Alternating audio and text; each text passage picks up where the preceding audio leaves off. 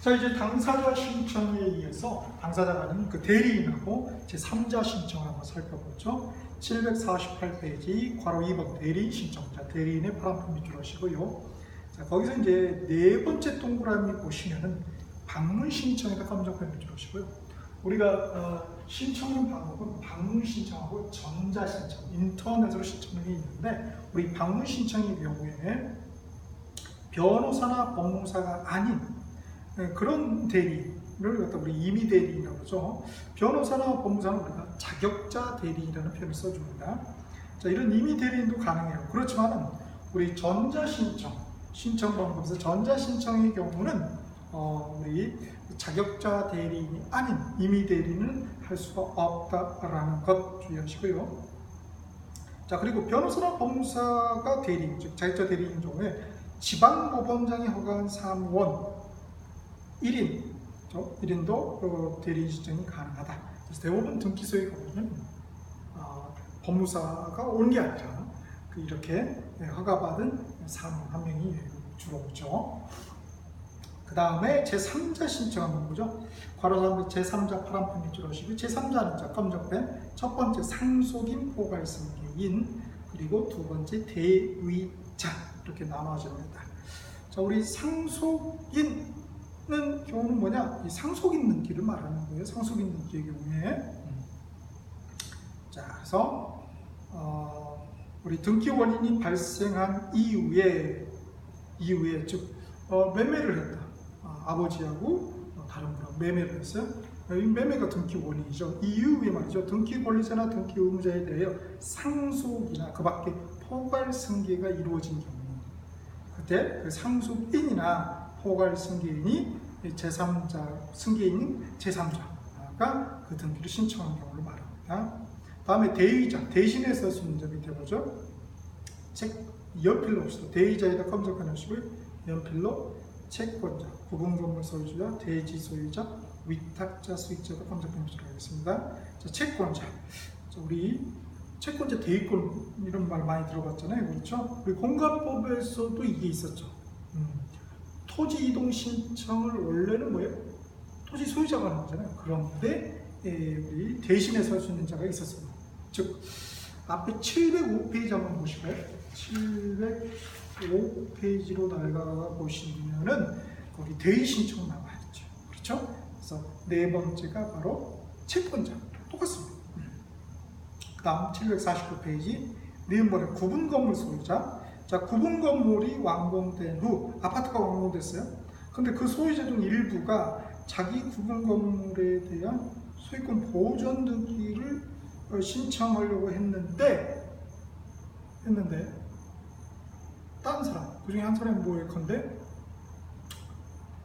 배낭여행 해외여행을 갔다. 그러면 어떻게 되냐 이거예요.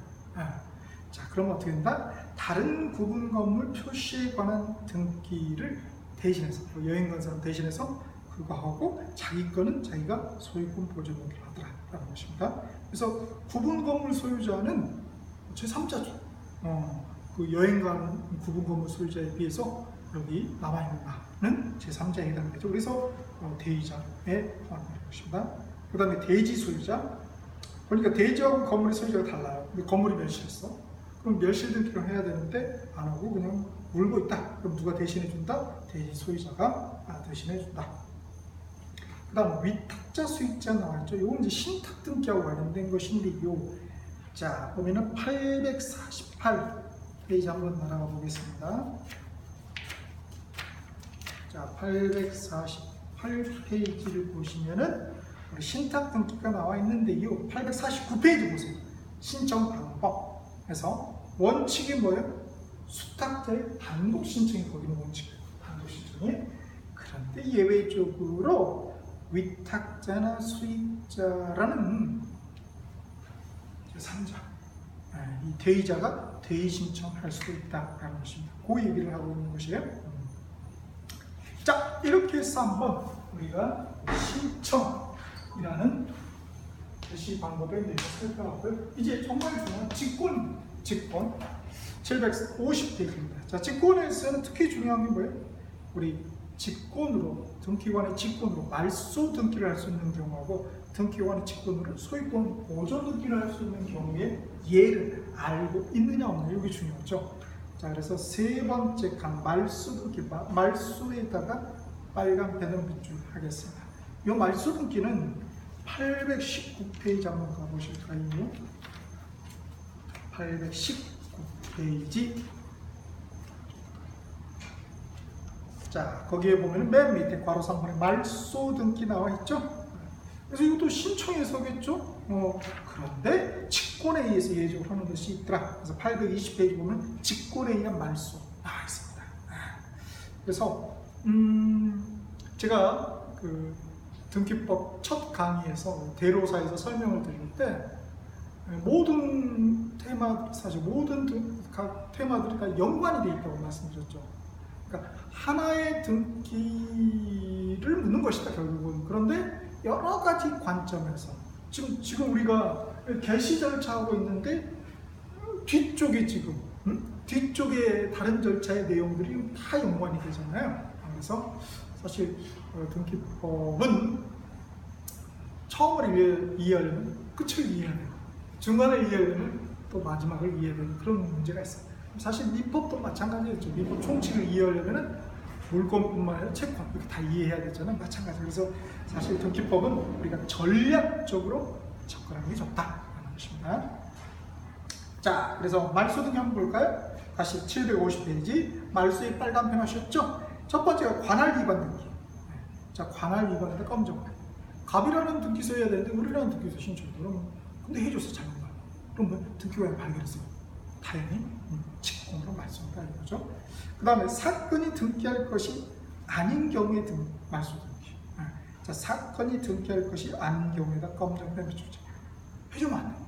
이거는 등기하는 게 아니에요. 근데 유치권이라는 건 등기가 불가능하죠. 잘못한 거예요. 수리 좀 취했는데 해줬어요.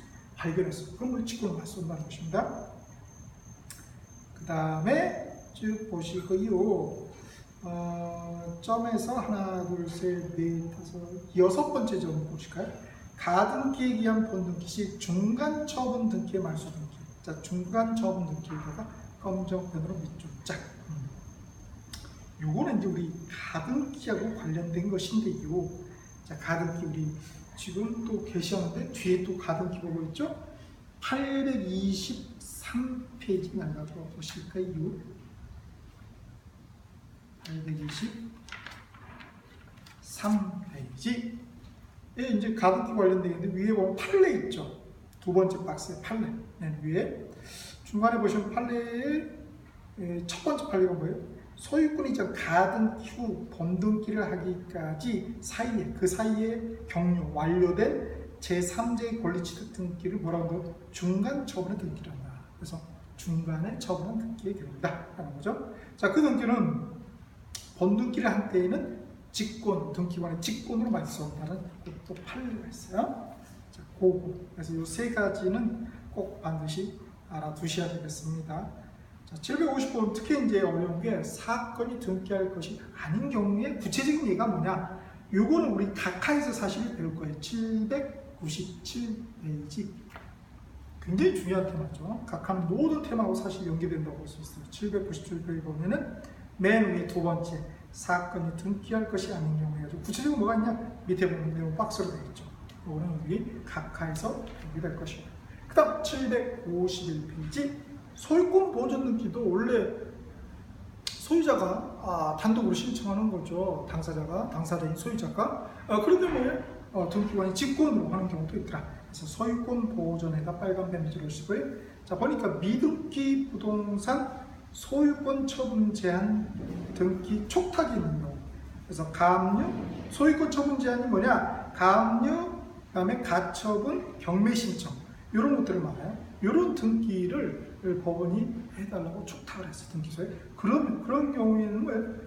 근데 어떻게 됩니까? 등기를 뒤집었는데 없어. 그럼 소유권 보존 등기를 등기관이 만든다 이거예요. 그래서 그런 내용이에요. 그래서 검정펜 미등기 부동산 소유권 처분 제한 등기 촉탁이다. 검정펜 밑줄자. 그 다음에 두 번째 점 미등기 주택 상가예요. 미등기 부동산 중에서 주택 상가. 자, 우리 이 민법 및 민사특별법의 주임법하고 상임법에서 임차권 등기 명령제 배웠죠. 자, 거기에 그 등기를 해야 되는데 초탁이 왔어요. 등기를 해야 되는데 보니까 그 주택하고 상가가 아직 미등기고, 그러면 왜 소유권 보존 등기를 등기관이 직권을 한 다음에 그 다음에 그 임차권 등기를 해준다 이거죠. 그래서 미등기 주택상가 검정편 밑줄, 임차권 등기 초탁 검정편 밑줄 하시면 되겠습니다. 자, 이렇게 그래서 다 신청이 된 예외로서 직권을 지금 얘기하고 있는 거예요. 그 다음에 지역권 등기인데 우리 승역지, 여역지 다 하는데 말이죠. 지역권은 승역지에는 신청이 있어요. 당사자 신청이 있어요. 근데 요역지에는 뭐예요? 등기관의 직권이 있어야 됩니다. 자, 요역지 지역권 등기 검정편 밑줄 하시고요. 그 다음 대지권이라는 뜻의 등기가 있죠. 그래서 토지 등기부에 하는 자 검정편 대지권이라는 뜻의 등기. 요거는 뭐예요? 그렇죠. 등기관의 직권에 의해서. 근데 대지권 등기가 있어요. 대지권이라는 뜻의 등기가 있고 대지권 등기가 있어요. 이 대지권 등기는 당사자 신청에 의해서 된다는 거. 요거는 우리 810페이지 한번 날아가 보실까요? 810페이지 보면은 우리 대지권 등기하고 대지권이라는 뜻의 등기가 나와 있습니다. 그래서 개시 방법에서 대지권 등기는 당사자의 신청, 그 다음에 대지권이라는 뜻의 등기는 등기와 직권 또 구별되어 있어 표로 되어 있습니다. 자, 이렇게 해서 우리 첫 번째 절차인 개시의 첫 번째 출제 테마인 개시 방법의 핵심을 정리했습니다.